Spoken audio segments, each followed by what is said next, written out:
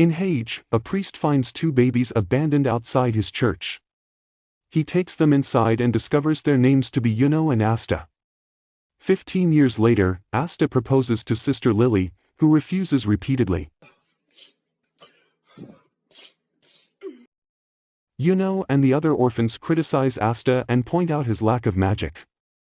Asta tries to show off his skills, but Yuno outshines him with his magic. Later, at the grimoire acceptance ceremony, a pair of nobles criticize the commoners there. Despite Asta not receiving a grimoire while Yuno attains a 4-leaf clover 1, Asta challenges Yuno to the title of Wizard King, but Yuno ignores him. After the ceremony, the two nobles ambush Yuno outside the tower, but Yuno overpowers them. All three are then ambushed by Revchi Salik, a former magic knight who plans to steal Yuno's grimoire and sell it. Asta comes to Yuno's rescue but fails. As Revchi breaks Asta's spirit, Yuno calls Asta his rival. Motivated by this acknowledgement, Asta decides to keep fighting, which summons a grimoire from the tower. Revchi notices that it has a 5-leaf clover, and when a large sword appears from the grimoire, Asta grabs it and the shadow of a devil appears behind him. 10 years prior, Yuno was running through a trail and suddenly fell down. Asta asked Yuno if he was okay and came close to him, so Yuno could grab his hand and get up. Asta called Yuno a crybaby and told him it is okay since he got his back. Later in the church, Lily read to Yuno and Asta a story about how the Wizard King came to exist. After a demon had brought darkness and threatened to destroy the world, a brave mage fought and defeated the demon, returning dawn to the world. Asta asked Lily if the Wizard King was an important person, to which the sister agreed and added that he was the most important person after the king. Asta stood on top of the fence outside the orphanage and told them that he had made up his mind, he would become the Wizard King. Lily seemed very surprised and Asta proceeded to list why he wanted to be the Wizard King. And Asta told her that he would help her with the laundry, for which Lily thanked him. He then told her to marry him and she immediately answered, no. When Asta grabbed Nash, he started to shake the baby in a rough way, causing Nash to cry even more. Lily was able to stop Nash crying and Asta seemed quite surprised. Rixa mocked Asta because he declared himself to be the Wizard King in the future. Father Orsi asked the orphans to deliver a letter to another town. Asta volunteered but Orsi chose Yuno instead. In the town, Yuno delivered the letter and then was accosted by a drunkard, who took the boy's necklace. Asta noted that Yuno was running late. Suddenly Asta ran in and tried to tackle the man, who knocked Asta aside. However, each time he was hit, Asta kept getting up and demanding the necklace. Seeing the bloodied and bruised boy's determination, the man eventually gave up and dropped the necklace. Yuno apologized for getting Asta hurt, but Asta reminded him that he would always have Yuno's back. 1. Back in the present, Revchi Sulik freaks out about the grimoire and sword that appeared, while a devil-shaped shadow appears on the wall behind Asta. A swing from the sword nullifies Revchi's chain magic. As he slams the sword into Revchi, Asta declares that he will become the Wizard King despite not having magic and that not giving up is his magic. Revchi is knocked unconscious and sent crashing into a wall. Asta explains that he trained his body physically since he did not have magic. Asta and Yuno recall the promise they made to each other and reaffirm their vow to become the Wizard King. When a giant demon attacks a city within the Clover Kingdom, the monstrous creature wreaks havoc, threatening to destroy everything in its path. Just as all hope seems lost, the first Wizard King appears, wielding incredible magic. In a fierce battle, he manages to defeat the demon, saving the city and its people. His victory marks the beginning of the long tradition of the Wizard King, who will protect the kingdom for generations to come.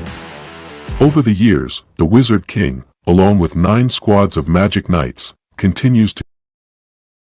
In the present day, Asta and Yuno, 2 orphans raised together at the Church of Hage, are shown preparing for their future. Asta, who possesses no magical abilities, has been training relentlessly. He has completed 1,000 swings with the sword he received from his mysterious grimoire, determined to become strong enough to join the ranks of the magic knights. In contrast, Yuno, a prodigy with immense magical power, spends his days honing his abilities, practicing with elemental magic and demonstrating his natural talent by effortlessly chopping wood and shattering rocks. Sister Lily and Father Orsi visit Drought to discuss their foster sons taking the exam, too, afterward. The next day while Asta is training, Nash approaches him and says that orphans are too weak and poor to dream of becoming magic knights. However, Asta yells at him not to give up, declaring that he will prove anyone can. That night, Lily and Orsi prepare a special dinner of various tato dishes for the boys before they leave in the morning.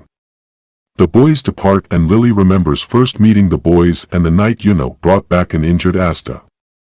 During their long journey to the royal capital, the boys continue training. The bustling city of GIGA buzzed with excitement as aspiring mages from all corners of the Clover Kingdom gathered to take the Magic Knight's entrance exam. Among them were Asta and Yuno, two boys from the remote village of Hage, each with dreams of becoming the Wizard King. As the candidates waited for the exam to begin, an unusual phenomenon occurred. Flocks of antibirds, small magical creatures known to be attracted to those with little or no mana, swooped down into the crowd. They avoided Yuno entirely, recognizing the overwhelming magical energy radiating from him. But Asta wasn't so lucky. The birds zeroed in on him, pecking and flapping around his head. As he tried to escape the relentless antibirds, he stumbled, quite literally, into a towering figure who exuded an intimidating presence. Looking up, Asta found himself face to face with Yami Sukahiro, the gruff and fearsome captain of the Black Bulls. Behind Yami stood two of his squad members, the suave and laid-back Finro Rolocase and the soft-spoken, eerie Gordon Agrippa. Yami, amused by Asta's wild antics, grabbed the boy by his head and offered a gruff comment about weaklings like him getting eaten alive in the Magic Knights. But rather than being cowed, Asta's fiery determination only flared brighter, catching Yami's attention for a brief moment before the captain moved on. Shortly after Yami left, Asta was approached by a cocky and self-assured candidate named Sek Bronzatsa. Striking up a conversation, Sek offered Asta a rundown of the Magic Knight captains as they arrived one by one, each making a grand entrance. There was the regal Nozel Silva of the Silver Eagles, the commanding Fugolian Vermilion of the Crimson Lions, the wild and unpredictable Jack the Ripper of the Green Mantises, the elegant yet formidable Charlotte Roselay of the Blue Roses, the sly and mysterious Geldra Poiset of the Purple Orchis, the sleepy yet enigmatic Dorothy Unsworth of the Coral Peacocks, the youthful prodigy Ril Boismortier of the Aqua Deer, and finally, the radiant William Vengeance of the Golden Dawn, whose presence seemed to captivate everyone in the room. Sek's commentary, though colorful, was laced with arrogance as he subtly positioned himself as superior to the other hopefuls. When the exam finally began, the candidates were subjected to a series of grueling tests designed to measure their magical prowess. Yuno dazzled everyone with his effortless skill, his wind magic proving both powerful and precise. In stark contrast, Asta struggled at every turn, his lack of magic making most of the tests impossible to complete. The final test of the day was a duel, where each candidate had to choose a partner to fight. Sek, seeing Asta as an easy target, eagerly volunteered to face him. He approached Asta with feigned friendliness, masking his intent to humiliate the Magicless peasant in front of everyone.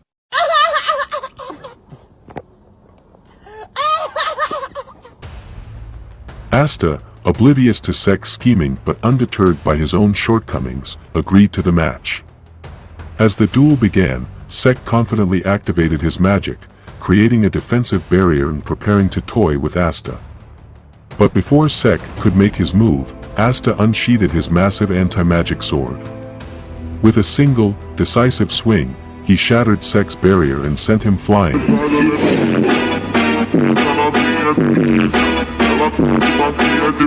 stunning the crowd into silence. Standing tall in the aftermath, Asta declared his dream with unwavering conviction, "I'm going to become the Wizard King." Asta's determination and resilience are on full display. After defeating Sek Bronzatsa with ease, Asta boldly declares his goal of becoming the Wizard King. In one notable match, Yuno faces off against Salim Hapshas, nobleman who arrogantly believes his superiority as a noble will guarantee his victory. Selim uses his most potent spell in an attempt to overpower Yuno. However, Yuno calmly counters with his towering tornado, easily overwhelming Selim and proving his exceptional magical skill.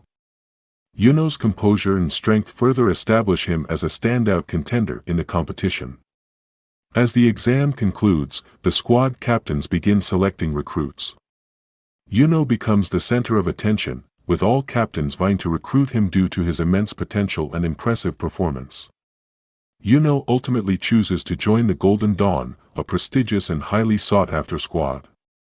In stark contrast, Asta receives no offers from any of the captains, leaving him momentarily disheartened. However, Yami Sukahiro, the captain of the Black Bulls, steps forward and confronts Asta.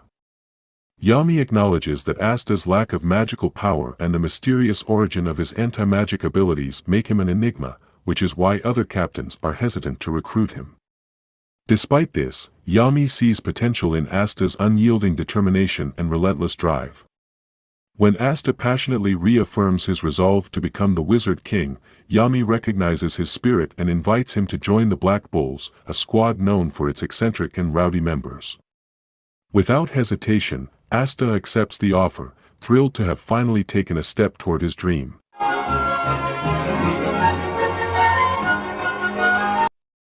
Afterward, Yuno and Asta briefly reconnect to share their excitement about being chosen for their respective squads. However, their moment is interrupted when Asta excuses himself to use the restroom. Sek, bitter from his earlier defeat, follows Asta with malicious intent. He conjures a poisonous lizard spell to attack Asta, but Yuno intervenes and stops Sek before any harm is done. Asta is then taken to the Black Bull's base, eager to meet his new squadmates. As he opens the door, he is immediately blasted with a burst of fire magic, a chaotic welcome characteristic of the unpredictable Black Bulls. Despite the rough introduction, Yami officially welcomes Asta to the squad, marking the start of his journey as a magic knight. Yuno arrives at the base of the prestigious Golden Dawn squad, where he meets Klaus Lunetz, a senior member. Klaus, a disciplined and traditional mage, immediately warns Yuno that joining the Golden Dawn is not just a privilege, it comes with immense expectations.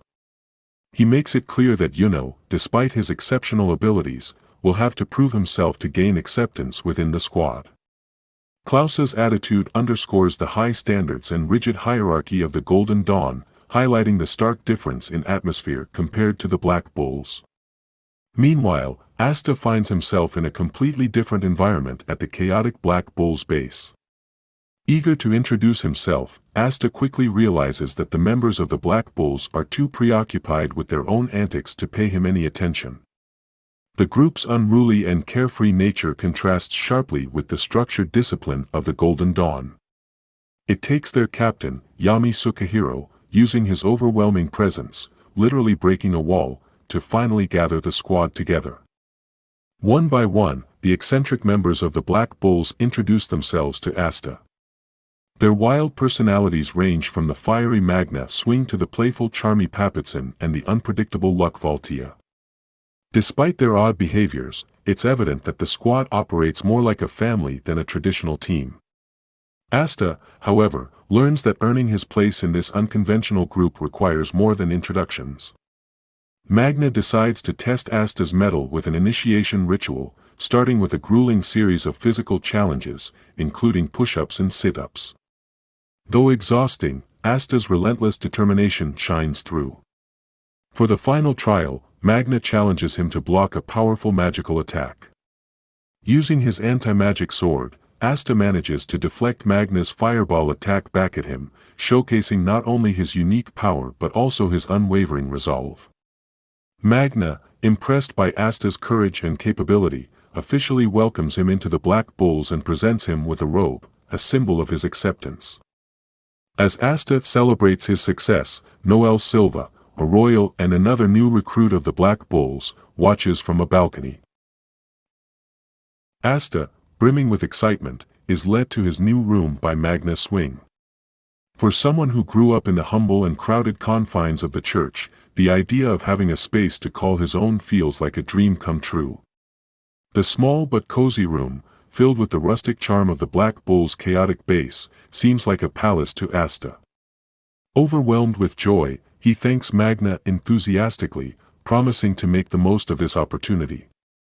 Magna, enjoying Asta's boundless energy, encourages him to write to the church and let them know about his achievement of joining the Magic Knights. Meanwhile, over at the Golden Dawn base, Yuno receives his own private room. Unlike Asta, Yuno approaches the situation with his usual calm demeanor. Klaus Lunetz, one of his squad mates, informs him that he'll soon begin learning about his Magic Knight duties. Back at the church, Sister Lily and the children are ecstatic when they receive Asta's and Yuno's letters. The surprise of both orphans making it into the Magic Knights spreads a wave of pride and joy among the church residents. The next day, Magna decides to show Asta around the Black Bull's base. Their headquarters is a sprawling, disorganized mess, reflecting the unruly nature of the squad itself. As they explore, Magna introduces Asta to one of the newest recruits, Noel Silva, a member of the royal family House Silva. At first glance, Noel's refined appearance and haughty demeanor clash with Asta's rough-and-tumble personality. Almost immediately, Noel mocks Asta, calling him an insect and belittling him for being a commoner. Annoyed by his defiance, Noel decides to demonstrate the difference between them by using her water magic. However, her spell goes awry, veering off course and splashing Magna instead. Drenched and irritated, Magna scolds her for her lack of control. Humiliated, Noel angrily tears off her Black Bull's robe and storms away, declaring that she doesn't belong in such a disgraceful squad. Later, Asta stumbles upon Noel in the forest, practicing her magic in solitude. He observes her struggling to hit a simple bullseye on a tree. When Noel notices Asta watching, she immediately assumes he's there to mock her. Attempting to silence him, she tries to fire a water spell at him, but it spirals out of control. The spell creates a massive water sphere, trapping Noel inside and threatening to drown her while wreaking havoc on the surrounding area. Hearing the commotion, Yami Sukahiro, the Black Bull's captain, arrives on the scene. Ever the unconventional thinker, Yami comes up with a bold solution. He decides to throw Asta directly at the water sphere.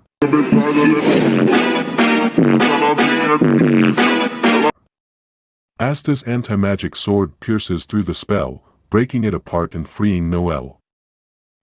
Finro Rollercase, using his spatial magic, quickly intervenes, teleporting the pair to safety. As Noel regains her footing, she braces herself for Asta's ridicule, convinced that he'll laugh at her failure. To her surprise, Asta instead praises her incredible magical power, marveling at the sheer strength she possesses. For the first time, Noel softens, addressing Asta by his name instead of calling him an insect. The rest of the Black Bulls gather around and reassure Noel that she isn't alone in her struggles. They remind her that their squad is made up of misfits and failures who have all found a home together. With a renewed sense of belonging, Noel is welcomed back into the fold.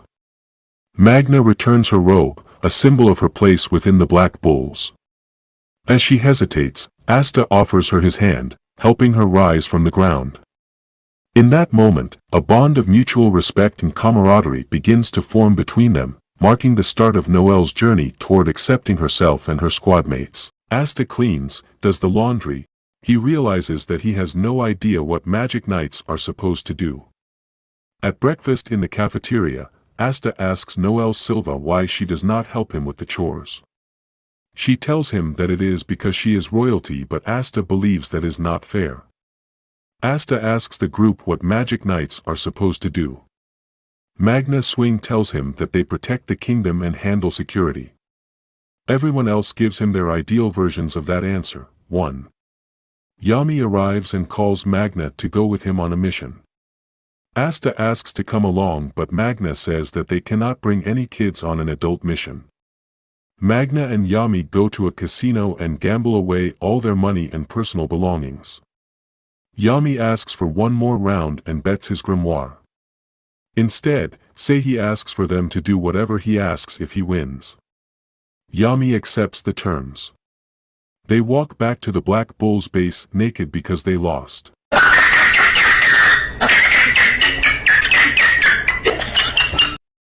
They give Noel and Asta their first mission as Magic Knights, hunt wild boars near Sashi. Noel wonders if she should go since she cannot handle her magical powers. Magna says that this will help her learn to control them and that any mess they make he will clean it up. They ask Finral Rollercase to transport them to the village, but he tells them that he cannot go to places he has not been before. Magna says that they will travel by broomstick, but neither Noel nor Asta can fly one. Magna offers to give them a lift on his crazy cyclone and flies them to the village. Meanwhile, at Sashi, a group of people teleport there and defeat several boars. Heath Grace tells them that the magic stone is there and that they must find it. Asta gets chased by a wild boar while Noel Silva and Magna swing watch.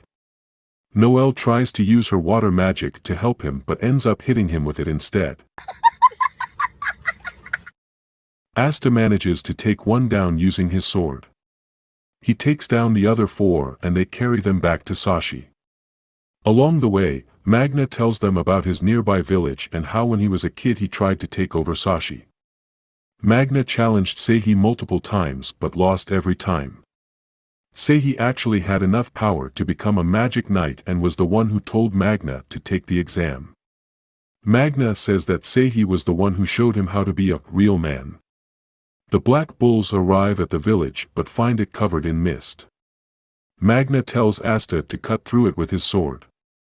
They end up at the main square and find the townspeople huddled together with deadly ice spikes hanging over them. He finds Seihi on the ground, having been killed. Heath Grace sends a large ice block towards them but Asta saves them by cutting the magic in half. Asta asks Heath why he is there, to which Heath responds that he is getting rid of the townspeople because they are beasts. Asta tells him that he will protect these people. Heath and his men create an infinite flurry of icicles. The Black Bulls try to defend the townspeople but Heath keeps creating more icicles.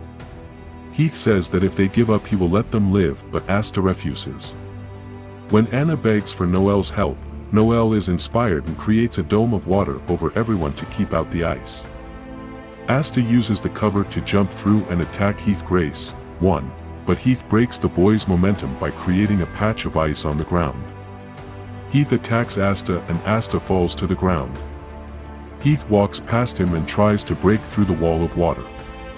Magna knows that he must fight but is running low on magic. Suddenly, Asta attacks from behind but he is too slow and gets knocked back by ice. He tries again but is still pushed back. Magna decides to help Asta so he goes through the water wall to the outside. Magna tells Asta that they should recreate the Black Bull initiation ceremony, and unleashes Prison Kill Buckshot before collapsing to the ground. Heath blocks some of the fireballs and lets others pass by, but Asta deflects them back from behind, knocking them into Heath and his men. Meanwhile, Noel creates a small shield to protect Magna from Heath's counterattack. Heath is engulfed by flames that will not go out. Asta uses this chance to attack him and hit him with his sword. Heath falls to the ground. Finally, the battle concludes with Magna binding the four mages, but one of them manages to escape. Meanwhile, Asta collapses from exhaustion and falls into a deep sleep. The grateful townspeople gather to thank the trio, Asta, Magna, and Noel, for saving their village. As the group takes a moment to rest, an anti-bird flies covering the magic stone that Heath and his men were searching for. Later, the trio visits Nick and Anna at the grave of their grandfather, Seihi. Nick shares his reflections, explaining that Seihi had admired the Magic Knights but harbored a regret of not striving harder in his youth to achieve greatness. Despite this, Seihi was deeply proud of Magna for becoming a Magic Knight. Meanwhile, in a shadowy location, the mage who managed to escape the battle makes their report to a mysterious figure. The figure, cloaked in darkness, Asta, Magna Swing, and Noel Silva return to the Black Bull's base. Yami Sukahiro tells them to be proud of the fact that they protected the townspeople. Vanessa Enoteka and Finral Rollercase return from the Magic Investigation Department but have no news about who the men were that attacked Sashi. Yami says that they are going to let the investigation department handle it. Yami tells them that the Wizard King acknowledged what they did and gave them a star. A star is awarded by the Wizard King based on a Magic Knight's performance. Vanessa goes on to explain that a star shows how much work a squad has done. They learn that Golden Dawn is currently at the top with 70 stars. Asta also learns that the Black Bulls have -30 stars. Yami then gives Asta his pay for working as a Magic Knight. He is shocked by how much it is, while Noelle is not very impressed. This upsets Asta, who says that it can buy at least 10 years worth of potatoes and that Sister Lily can make anything taste good. Noelle asks who Sister Lily is and Asta responds that she is the woman he is going to marry someday. Vanessa asks what they are going to do with their pay. Asta says that he is going to send some back to the church in Hage. Vanessa tells him to remember to spend some of it on himself and offers to take them shopping. The next day she takes them to the castle town GIGA. Asta is in awe of everything around him. He and Noelle watch as the rest of the Black Bulls spend their money. Vanessa takes the pair to the black market. Noelle is unsure about the place but opens up a bit more once Vanessa tells her that there might be a magic tool in the market that will help her control her magic. Noelle tries a necklace, but when she tries to use it, her attack hits a man passing by. It turns out to be Sek Bronzatsa. He starts to flirt with them, but then Asta shows up. He gets jealous because Asta is with 2 women. Suddenly, a man grabs a bag from an elderly lady. He runs off and the lady yells for help, so Asta gives chase. Asta chases after the thief, who is floating on a cloud. Sek Bronzatsa follows after him on his magic scooter. Asta uses his Demon Slayer sword to cut through the spell, and the cloud disappears. The thief takes off on foot and Asta continues to follow him. Sek rams into the thief with his bike. The thief falls to the ground and Sek stands over him laughing. The thief pulls out a paralyzed knife and stabs Sek in the foot, causing Sek to fall to the ground. Asta kneels at his side and Sek tells Asta to live out his dream for him since he is going to die. Sek closes his eyes but he does not die. Asta hits him in the face and yells at him for giving up on life so easily. Vanessa Enoteka puts an ointment on the wound, and Sek is healed because it was only a numbing poison. Sek leaves and takes the thief with him. Asta, Vanessa, and Noelle Silva return the stolen bag to the elderly woman. The 3 of them leave and do not see the elderly woman turn into Julius Navachrono, the Wizard King. He has been wandering around looking for new magic. The Wizard King spots Klaus Lunetz, Yuno, and Mimosa Vermilion flying overhead and decides to go after them. They are acting as bodyguards for Salim Hapshas on his journey to the Heart Kingdom. Klaus Lunetz wonders why Yuno was picked as one of the bodyguards if he beat Salim during the exam. Salim says that he requested Yuno as a bodyguard because he wanted to apologize. Salim tells him to make sure his dream of becoming the Wizard King comes true so he can brag to his children that he once fought the Wizard King. Salim asks Yuno to tell him more about him, so Yuno tells him about his past. Meanwhile, Klaus is still suspicious about this mission.